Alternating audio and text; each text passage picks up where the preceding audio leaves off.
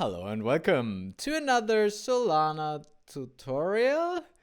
I'm not sure if this is gonna be much of a tutorial, but today we're gonna talk about a new Metaplex standard, Metaplex Core, which is a new NFT standard on Solana. So we are gonna talk about Solana, definitely, and we are gonna talk about NFTs. I'm not sure how much of a tutorial it's gonna be, or more of a rant. Just, me giving you my opinion on this stuff, because that has been requested. People want me to make a video about that, so here I am making a video about that. This is not sponsored by Metaplex, therefore I can say whatever I want. And I have a bit of a love-hate relationship with Metaplex. They built some really cool stuff, but also they built some really questionable stuff. And I don't know if this is just another attempt for them to stay relevant or if it's actually a really cool thing. Hard to tell. I actually haven't looked at that yet. I just saw one post about it on X and that's about it. What I know so far is that it's cheaper than the current NFTs and that it's not like compressed NFTs, because compressed NFTs are really difficult to work with. Which I agree, but therefore they're cheap, like super cheap. And compressed NFTs, fun fact, is also a Metaplex product. And I do like compressed NFTs. So I like Metaplex, but I really hate, like this, the PNFT standard. The PNFT standard was just, well, at the moment, apparently it was needed, but the implementation of it is just a monstrosity, both in the amount of compute units that it requires and in the amount of accounts and rent that it requires, and just the bare fact that it totally cripples the token program and requires all instructions to go through that program is just ugly as fuck. So yeah, I don't like PNFTs. We'll see if I like Metaplex Core. So Metaplex Core, the next generation of NFT standard. Okay, hold on. Metaplex Foundation launches Metaplex Core, the next generation of Solana NFT standard.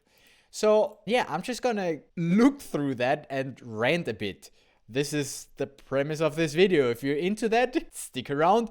And if not, well, I have a bunch of other videos that you can check out where you maybe learn more. Who knows? NFTs is the reason why I really got into this. Let's be honest, without me diving into Metaplex NFTs, this channel would probably not even exist, because that's where suddenly demand was there and people were watching the videos. So I was like, oh, there's something there, let's make more of those videos. That's how it all started. So in a way, Metaplex is responsible for my current career. But also, I feel like they were shooting themselves in the foot when they started to introduce fees for NFT creation, which, another controversial topic, which is not the topic for today, partly actually is. One of my questions is, can they introduce fees to that? Or will they introduce fees to that? I don't know. And I mean, what I want to get big again for this one. Really? Before even looking into this, my point of view is we don't really need a new NFT standard. My personal preference would be to do it all natively with token extensions, because we have the token extension for a metadata pointer that can point to itself ideally, and we can store all the metadata in the token mint. So why would we need something else?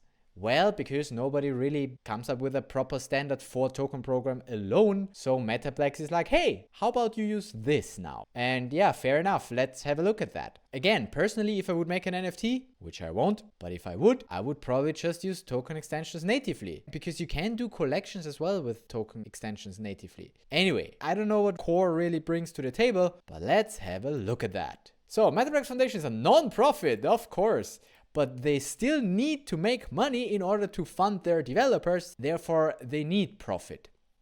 Metaplex themselves don't make profit, but gotta pay the devs and other marketing expenses. The majority of Solana NFT projects, currently the majority uses the Metaplex standard. The majority, I think, uses PNFTs even, which is, in my opinion, really bad for the ecosystem, because they need a lot of resources just to be moved around. Funnily enough, so do CNFTs, because CNFTs rely heavily on indexing infrastructure, who then bring the proofs. Also, working with them on chain, that's also not too cheap, right? Moving that stuff around. Plus, you have all of those values at indexers, which is really not where you want it in most cases. If your logic depends on any NFT state, then you can't really do that with CNFTs. CNFTs are really good for like art, something that never changes and just needs to be transferred around. But if you want to work with it on chain, they're really like not nice to work with for devs.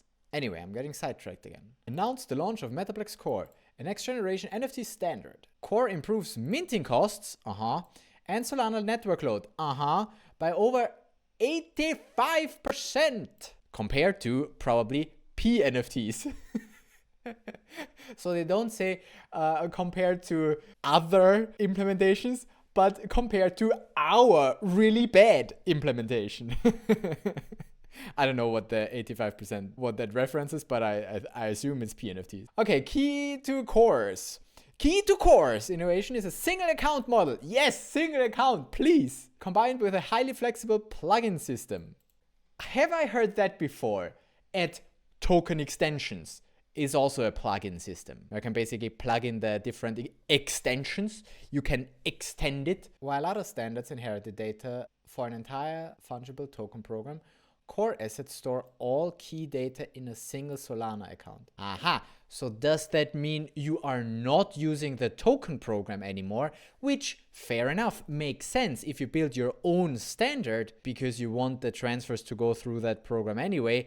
Then don't cripple the token program like you did with PNFTs, but just have your own accounts, which makes perfect sense. And I don't know if that's how they do it, but that sentence sounds like it. Metaplex Foundation also announced that 50% of all Metaplex protocol, we have protocol fees again, including historical fees, will be converted into MPLX and contributed to the Metaplex DAO treasury. I mean, why do we need to have a token for everything? But that's a whole different story. I got an airdrop of those and I immediately sold it for tax reasons. And then I put that money on FTX and then I lost it. That's my story with MPLX. So I'm not a holder. Anyway, that's just my story. I'm telling you, today is just story time, not so much development. Although, maybe we get to development. We'll see. What else? Highlights for developers. Oh, I'm a developer. Let's see. Cost efficiency. Well, that's probably the number one thing. Core assets require less rent and compute than token-based alternatives. So you say token-based in terms of assets on Solana, because CNFTs are not token-based, that's why they're cheaper. But as soon as we use a token for an asset, it becomes more expensive because we need to pay for the token. An NFT that would cost 0.2 sol to mint with token metadata, yes, just that 0.01 of those 0.022 is because you have fees, Metaplex, goddammit. Like, it used to be 0.012, but then you introduced fees. Oh, hey, this solution is 90% cheaper than previous solutions because we have ridiculously high fees on previous solutions. Okay, I don't wanna get back into that discussion, but I just whatever. Okay, just pointing out that this is because of fees, partly. Shalalala can be minted with Core for 0.0037. Okay, so this is about the price of 2 token accounts. Even if I were to mint plus create token account, I would still pretty much get the exact same price. Yeah, so it's 0.002 for the token account and 0.0014 for the token mint. So that is like 0.035 in total. And this one takes 0.037 because it also needs to store, I don't know, URLs. And let's be honest, if I put the metadata into my token mint, then it's also more in the mint account, not just the 0.014. So probably we get comparable costs to doing it natively with token extensions. Although with token extensions, we actually get 2 accounts. So actually here I already see, oh, this protocol could actually be better than token extensions, because if it really just uses 1 account, well, we save 1 account, and saving 1 account, 50%. good. So we don't need a token mint and a token account if it all lives in the same, which it might. I don't know. Let's keep reading on this. Improved developer experience. Of course, single account design reduces complexity for both on-chain programming and application development. Yes, please. Fewer accounts. Good. Enhanced collection management. First-class support for collections. Developers and creators can easily manage collection-level configurations such as royalties and plugins, which can be uniquely overridden for individual assets. This can be done in a single transaction, reducing collection management costs and Solana transaction fees. I mean, sounds good. Advanced plugin support. This is very marketing, I know. I mean, that's what they use their money for. I'm just making fun of them. I'm sorry. But yeah. Built-in staking to asset-based point systems. Today I sent a tweet saying, I'm not promoting anything that I don't like because my reputation is worth way more. And now I'm basically reading advertisement text for Metaplex. But again, Metaplex is so core to like the Solana ecosystem, at least in terms of NFTs in the NFT space. And many apps use NFTs. Could be that I'm biased and I'm just in this NFT bubble, but Metaplex is fairly relevant for that space, so I guess that's why I'm promoting them for free. Plugin architecture of Solana Metaplex Core opens up a wild field of utility and customization opportunities. I mean, it all sounds very nice. We'd have to have a look at that, what that all means, and possibly we won't get to do all of this in today's video. But if I like this, and if you like this, which you can let me know in the comments, I might make a separate technical deep dive on it. Today I just want to figure out what this is about and what it can do, and if it's actually something that I want to look into more. Anyway, so plugins allow developers to hook into any asset lifecycle event like create, transfer, and burn to add custom behaviors. Aha, so that kind of sounds like what the transfer hooks do for token extensions. Transfer hooks, I have videos on that. That sounds similar with those plugins. At create, at transfer, and at burn, we can do custom functionality. Kind of sounds like a hook. Compatibility and support. Fully supported by the Metaplex developer platform. Of course, Metaplex supports its own protocol. It's more interesting to me, do other protocols support that? Like, say, all the wallets. Because if wallets don't support that, then it's useless. Let's be honest. If your users don't see the NFTs, then you don't want to send those NFTs. Core is set to integrate seamlessly with a suite of SDKs. I'm personally not the biggest fan of the whole Metaplex SDK and stuff, and UMI and but I mean, great that it's supported. Okay. Out of the box indexing. Expanding on the Metaplex DOS API, core assets will be automatically indexed and available for application developers through a common interface that is used for all Solana NFTs. So it's added to the digital asset standard. Question is, does Helios immediately already support that? Is that a different DOS than the Metaplex DOS? Not sure. However, they will probably quickly add it as well to theirs. I mean, they added even inscriptions, so I'm pretty sure that Helios will also add that. However, a unique implementation is that with Core Attribute plugin, developers will be able to add on-chain data that is now also automatically indexed. I mean, that sounds cool. We can add on-chain data that is automatically indexed. So we can add stuff like our, whatever we need, like the level for the NFT or the XP or the HP or whatever we want to put per NFT. Can put all of that on-chain and have it be indexed. Don't know how, but they say it works out of the box, so seems promising. Yeah, okay, cool. Early adopter. Tensor, Solana's #1 marketplace, will support trading core NFTs on launch. So yeah, since this is not using just the regular token programs or whatever, all of the protocols will need to separately implement this standard, which, kinda not ideal, because if we have 100 standards, and all applications need to support 100 different implementations, that's just gonna not happen. So it would be great if we had one standard for stuff, which, since we're open, will also not happen, because if we have one standard, people will find something that they don't like about that standard and create something else instead. And then we have, one more standard. I have been complaining about this in a previous video. I don't know which one it was, but here it is. I'm pretty sure I was also talking about Metaplex. Oh no, I was talking about inscriptions. But yeah, we'll see. We will see which standard wins. I'll try to be unbiased. No, I'm so biased. I have so many biases. I don't even know what my bias towards Metaplex is, but I'm trying to stay like open-minded and skeptical at the same time. Like I want to analyze this purely from a technical standpoint, and then I'm going to throw my personal opinion on top. But my personal opinion is highly influenced by what I think about it technically, because I am, get this, a technical person. Also called a developer. Okay. Yeah. Claynosaurus, I like that name. Not biased at all. Claynosaurus, by the way, currently use PNFTs. And I have 3 of those. So, am I biased? Yes. Launching their NFT New York City booster packs on Core. Oh, damn it, I want to be in New York just to get those booster packs. And be one of the first to get one of those Core thingies. Just to be one of the first, but I'm not in New York. I'm gonna miss out again. And they didn't have booster packs in Amsterdam. I was so disappointed. But anyway, whatever. As well as using the new program to power their upcoming raffle. Oh, nice. Leading infrastructure providers, Trident, Axon will offer RPC and does support at launch. I would like to see Helios here, but maybe that will follow. Other top Solana projects. Also adding support for Core. Offering users an array of options for creating, collecting, and interacting with the next generation of Solana NFTs for their marketing text. Okay, cool. About the Metaplex protocol, how long is this? Oh, it's already over. Okay, cool. Metaplex is known for providing the first Solana NFT standard.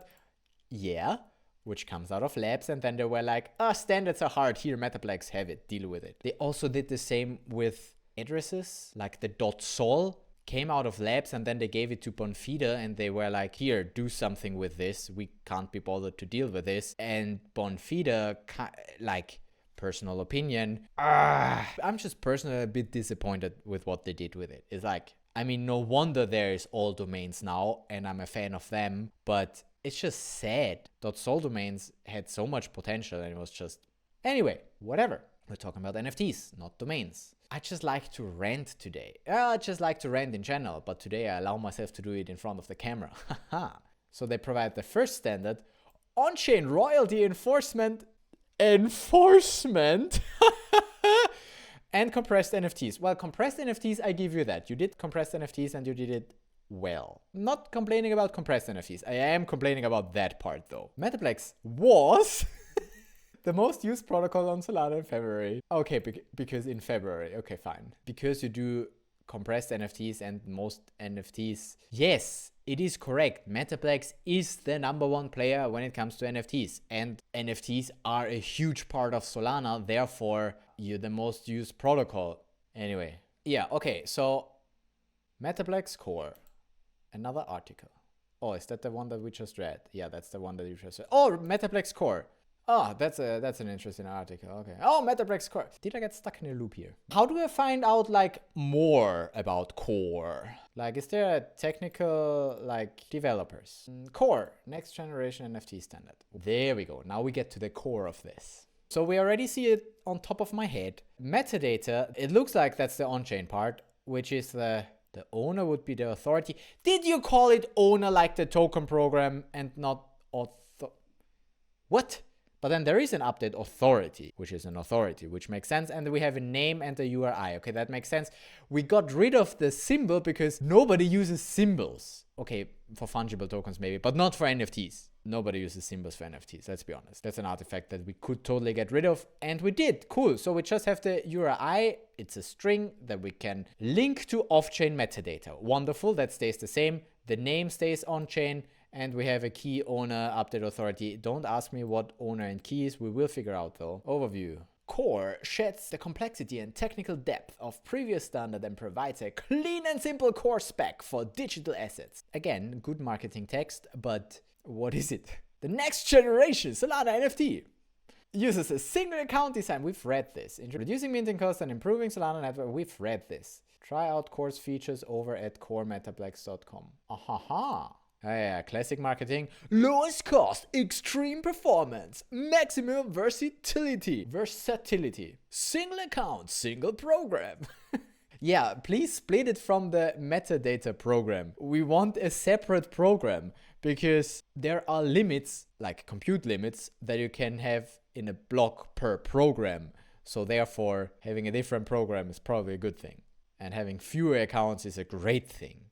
So actually, so far, kind of like it. But I've only read marketing text, so maybe I just got a little brainwashed by all those pretty colors. Who knows? No more dealing with ATAs, metadata accounts, edition accounts, or delegate accounts. Thank you! Single account, single program. Wonderful. With creation costs as low as 0.029, well, that's just 900,000 Lamperts more than a regular token account. That's great. Core is the cheapest NFT standard on Solana. Well, no, compressed NFTs are the cheapest NFT standards on Solana. Core is the cheapest on-chain. And how do I put this? Because CNFTs kinda are also on-chain. Put them in the ledger, don't put them in the state. Core are the cheapest standard with queryable on-chain data. And whether or not it's the cheapest, I would also possibly disagree, but it's certainly a very cheap one. It's the cheapest Metaplex NFT on-chain standard, definitely. But yeah, whatever. Low cost is already good enough. Optimizing depth through Core single account model and 90% reduction in compute units for lifecycle actions like mint and transfer. Compared to what? PNFTs? Yeah, because PNFTs, anyway, we've been there, I've said that. Okay, and that's like so versatile and big of a standard that I can't go through all of the features in this one video. Again, this is just as a nice introduction to give you an impression what Core is and whether or not you want to use it. And then we discuss in future videos how to use it. Core has their own explorer because other explorers don't support it yet. Source code, yay, that's what I want as a dev. MPL Core. Core NX. Good address. MPL Core. Source. State. Asset. Yeah, that's pretty much what we saw. The key, the owner, sequence number used for indexing with compression. Interesting. Oh, key is the account discriminator. That makes sense. Ah, okay, that makes sense. Well, obviously, yeah. So the owner, really that should be the transfer authority. Why did they call it owner? Owner is such a complicated word because every account has an owner and that's usually the program, which for this account will be core with double E, core. On the other hand, transfer authority does sound a little bit weird and owner is really what people say. I own this NFT. So yeah, fair enough. Would I have had a better name? We have update authority. Why not transfer authority? Anyhow, the update authority apparently is 33 bytes, which means it's optional. So we have 1 byte for saying whether or not the update authority is present. 4 bytes for the name. 4 bytes for the name. Don't know what those numbers are. But anyway, yeah, we have the source code. So it's definitely source available at least, which is great. That's what we want for a standard. What else? Documentation. Differences to MPL token metadata overview. Differences to MPL token metadata overview. I think the text is just wrong on one of them. Anyway, yeah, we have all the advantages of Core listed again. In Core, you have to use one of 2 plugins, freeze or permanent freeze. That's cool. So plugins are just added functionality on top because the regular Core standard doesn't allow for any freezing, but with a plugin we can do that. I don't want to go through all of the available plugins because goddamn, there are a lot. Look at this. So we have owner managed plugins and authority managed plugins. So there they make the difference between owner and authority. If I call them both authorities, then that's not so easy. So okay, fine, call it owner. Damn it. So an owner can add plugins like a transfer delegate, a freeze delegate, and a burn delegate.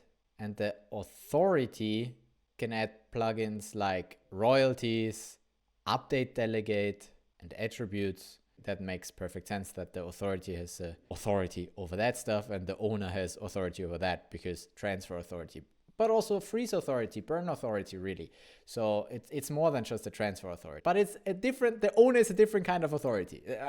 Call it owner, okay, fine. And then there are permanent plugins only available to add to an asset at the time of mint, so at the time of creation, like a permanent transfer delegate, a permanent freeze delegate, or a permanent burn delegate. Permanent burn or freeze could be really interesting for games, where the game program has the permanent authority for all of the NFTs. If you fuck up in the game, your NFT gets burned. That sounds fun. You can also burn it yourself if you want, though. Yeah, I don't want to go into the detail of how those really work, but it's interesting to see, and it's actually really nice. Like, I kind of like that, because if we don't need the freeze or the burn, then we just don't enable that plugin. So yeah, so far I kind of like what I read. I'm already looking at plugins without even having a look at the basics of how to even create them. So as with regular NFTs, we first need some off-chain data, a JSON file stored somewhere that describes our asset. We just need the URI. The off-chain metadata looks similar to the old token metadata standard. And by similar, you mean the same? Yeah, so there's no new standard for how to represent them in the JSON. And then once we have that URI, we can create the on-chain asset account and then, just link the URI. Create v1 with the asset, generate signer. That's the link, that's the NFT. Let's look at the technical instructions, because let's be honest, that's what I'm more interested in. We provide the asset account, so where it's actually stored. That's the one account for that asset. Actually, I kind of like it. Collection, it belongs to the authority, so that's the update authority. The payer for, account fee. The new owner, system program, because we need to create an account, so we need the system program. And a log wrapper, that's the SBL no-op program. So apparently some stuff is logged as well, like with compressed NFTs. Arguments, name, URI, which plugins we would like that thing to have, and the state, account state or ledger state. Interesting, so we can put it in the ledger or put it in the state. We can add a collection, yeah. Not too interested in the details. Fetching assets, we then get through the DAS API, because we don't want to do GPAs. No, don't do that. Helios does support it. Fetch by collection. Yeah, we've looked at that DAS as well. You can also have a look at that video, and it will return something like this. Somewhere it should give me the type, the interface there.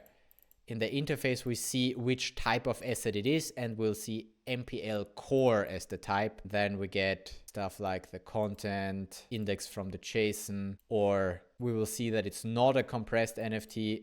Authorities, collection is in the grouping.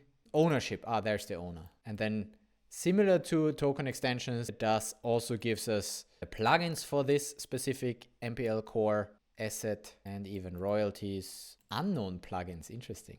Yeah, anyway, so that's what we then get back from the digital asset standard API. If we want to change something, we can also do that. Oh, that's interesting, actually. We don't have a flag for is it mutable. So per default, I guess it's mutable unless the update authority is set to null, so 0. Then we can't update it anymore.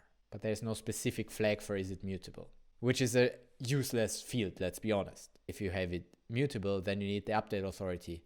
So just by having the update authority as an option already fixes that. So yeah, they did think about that. They probably put a lot of thought into this standard. And for now, I don't see anything that throws me off. Like, it seems to be pretty well structured. Just don't like the UMI stuff and that all of that.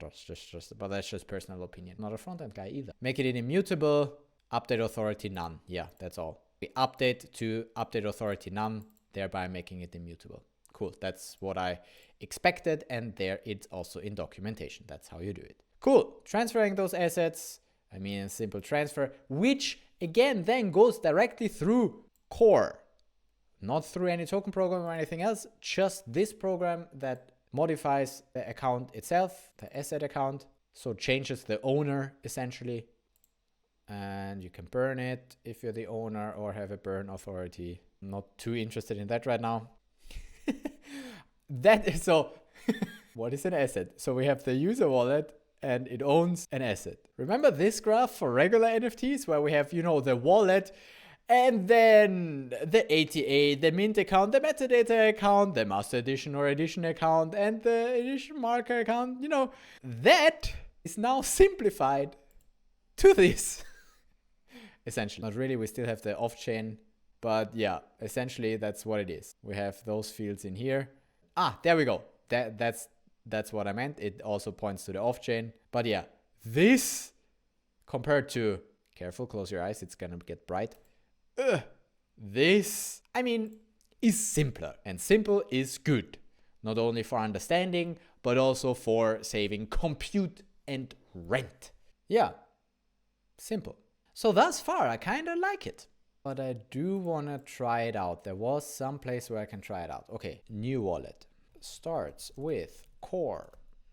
And as far as I know, this is just on DevNet so far. So it should be sufficient if I have DevNet.sol. Your core assets, your core collections. We ain't got anything. So let's create ourselves some. Asset name, Andy's first core asset. Optional wallet to, well, optional. I think I will get it if I don't put anything in here. Asset metadata URL. Let me just copy something that I already had sometime. My good old... I will keep recycling this forever. And then I get comments again. What's this bullshit flag? Shut up. It's for having a nice background and getting rid of homophobe viewers. Mint time asset plugins. So we can add royalty enforcement. We can make it soul bound so it can't be transferred. We can add on-chain attributes. Maybe I want to do that. Oh, cool. You can get key value pairs. Test is good. We can have update delegation, permanent freeze, permanent transfer, permanent burn, and even custom functionality. Create your own plugin. And collection, existing collection, we can create a new collection. Why not? Collection. And again, the metadata, I'm just gonna recycle this because add meantime plugins that apply to collection. So once again, this is gonna be the exact same because guess what? The collection will itself be an asset. So whatever, it's fine. So I will now create two assets, once this and once the collection for it. Create asset. That doesn't look too good. But what it would do is compute budget, and then two instructions to core because we create two assets probably. Maybe it work on DevNet. There we go. Try that again. Yeah, that looks better. So for two assets, I pay only 0.005. Nice. I will confirm that. And asset created, that's the transaction. It would be cool if I could click on that or copy the entire transaction signature, but I can't. That's annoying. Whatever, I will have to go here then and go here then and see that, that's not supported. So Solana FM, your favorite Solana radio. No transactions? Sure, you just don't find it. Fine, Solana FM, you got your chance. Then I go back to my good old trusted Explorer, where I see that, yes, here is a transaction. Wonderful. We see I paid for transaction fee, not too much, and those two accounts. So one account at just 0.0018 and the other one 0.0035. So that I think they equal. That's my asset and that's my collection. I think the collection is the smaller one because for the collection I don't store all the fields like attributes and which collection it is. So yeah, the core program is called and a bunch of data. That's the instruction data. Nope, it's not put into no op. But yeah, so there's one. I think the collection will be created first, would make sense. So the 4AB is the collection with just a create account and then writing to that account. And then here we create the stuff with our attributes and whatnot. And we also don't see more. And there's also not much in the logging. Except here we log which collection it is. And this one was the create collection. This one was create.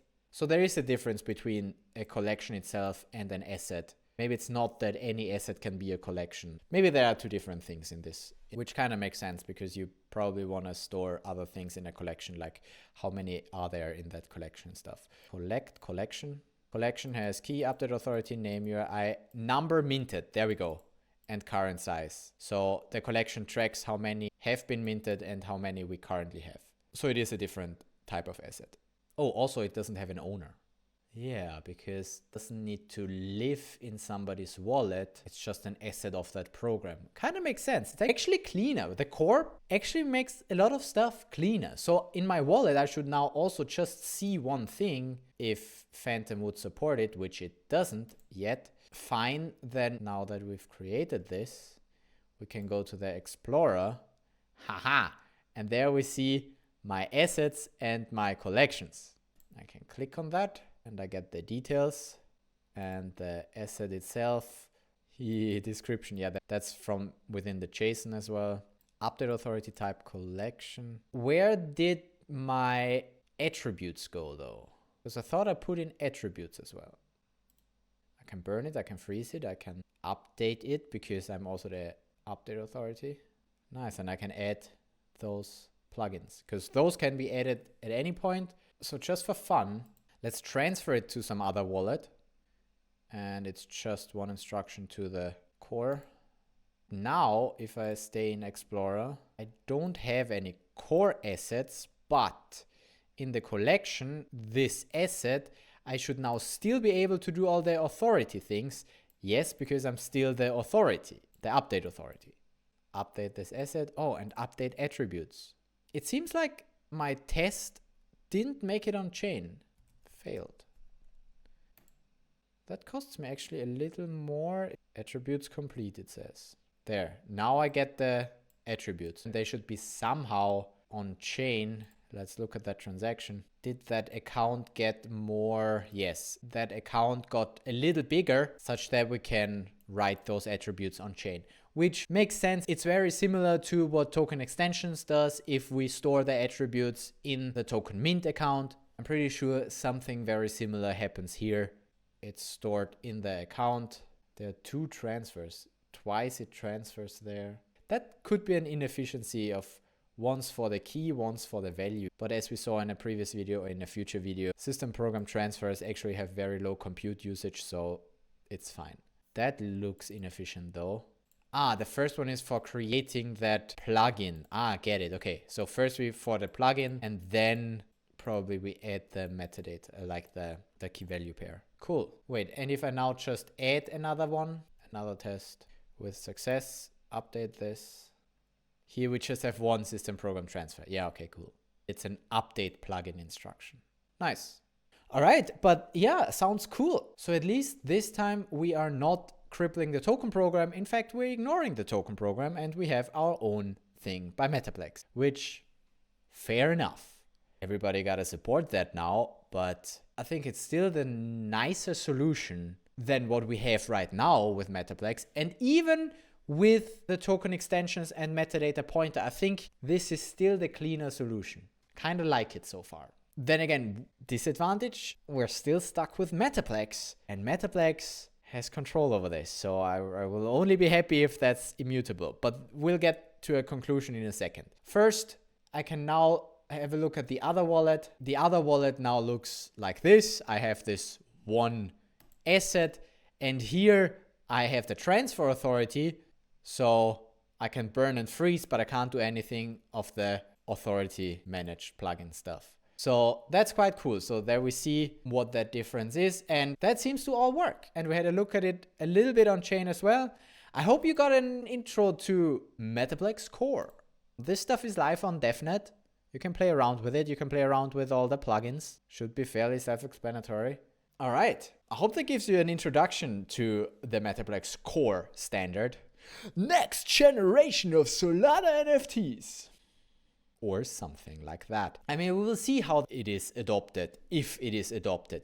It looks good though, because Metaplex has a good reputation in the space, at least for the most part. They have credibility because they do CNFTs. The standard looks really well thought through and well implemented as well. Like, I don't see why that standard shouldn't be used from a technical aspect. I would be happy if all of the protocols used this standard, because the one account model is really nice, because you really want to save up on accounts, because transaction size limits, we also have compute limits per block and per transaction. So with PNFTs, you're limited to like 3 transfers. With core NFTs, core assets, you could probably do like 20 plus, I would imagine, from what I see now, but I haven't tested it actually. But yeah, it's definitely more efficient. I like it. The only complaint that is left, or complaint, the only, how do I say, thing that makes me a little uncomfortable still,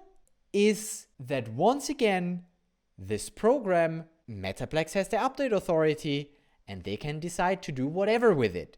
So if we now all ape into this standard and then Metaplex is like, oh, by the way, we're gonna introduce fees on everything you do with core assets, like they did with their regular NFTs, and then the community complained a lot, and then they decided to just have the fees on the mint, which, I mean, fair enough, but I still didn't like it. And they could pull off the same thing here. They could just from one day to the other decide, hey, we would like to have some money to pay our devs, and the best strategy to do this is to charge people who create core NFTs, which defeats the whole purpose of being cheaper, and that will again push people away. Like, I would not mint my NFTs with Metaplex if they have fees.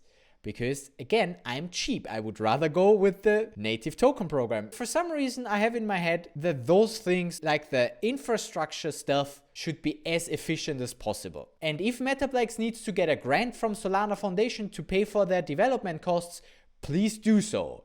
That, I think, is the right strategy to go, or even just finance it through, what is it called? Never mind. But anyway, there are ways to fund the development of that stuff, and then it should be made immutable and available for free to have minimum costs.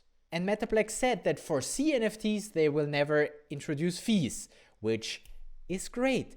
But I haven't heard them say that about Core. Also, I haven't heard much of it, and it's pretty new. So that's my only concern that I have left, is that, it's not immutable. Once Core is immutable, and I'm not saying that you need to make it immutable immediately. Obviously, you need to go through some user testing and see what bugs and stuff comes up, and then maybe make it even more efficient and remove some logs. But eventually, that stuff should be made immutable. As soon as we store more value on a protocol, I want the protocol to be immutable. And Solana Foundation is pushing for the MPL token metadata to be immutable, which is great. And can we also do the same for Core? Eventually. I'm not saying immediately. I'm fine with having a timeline for it, next 2-3 years, whatever. But I want us to get there. And I want us to get there without introducing fees on it. And then I would be happy to use the Metaplex Core standard for my NFTs as well. Not saying I will ever do NFTs, but I'm saying technically it's a nice implementation. And Metaplex has this first mover advantage of being present in the space. And we already read that adoption is coming. Cleanosaurs do their things with this standard. So yeah, I don't see why I wouldn't support this. But that's just my opinion. What's yours? Let me know in the comments below or on Twitter. I do read comments. I don't reply to all of them, especially if they're negative and complain about what I say. But yeah, thank you for watching this video. I'm glad that there are people actually interested in what I have to say. If there's anything else that comes up that you want me to review or look into, let me know. However, I don't review your project if I don't think it's a great idea, unless you pay me a lot of money, which so far nobody did. Anyhow, this was unpaid just because I wanted to learn about the Metaplex standard. And now we know what it is. And possibly in a future video, we will also work with it. Let me know if that's actually something that you would like to see. I have a bunch of video ideas. This could be another one. And until then, you can watch those videos. Subscribe if you haven't already. Like this video if you actually liked it. Dislike it if you think that was stupid. And I will see you in my next one. Until then, bye-bye. And create your Solana assets with whatever the hell you want. But now you also know that you could do it with Metaplex Core.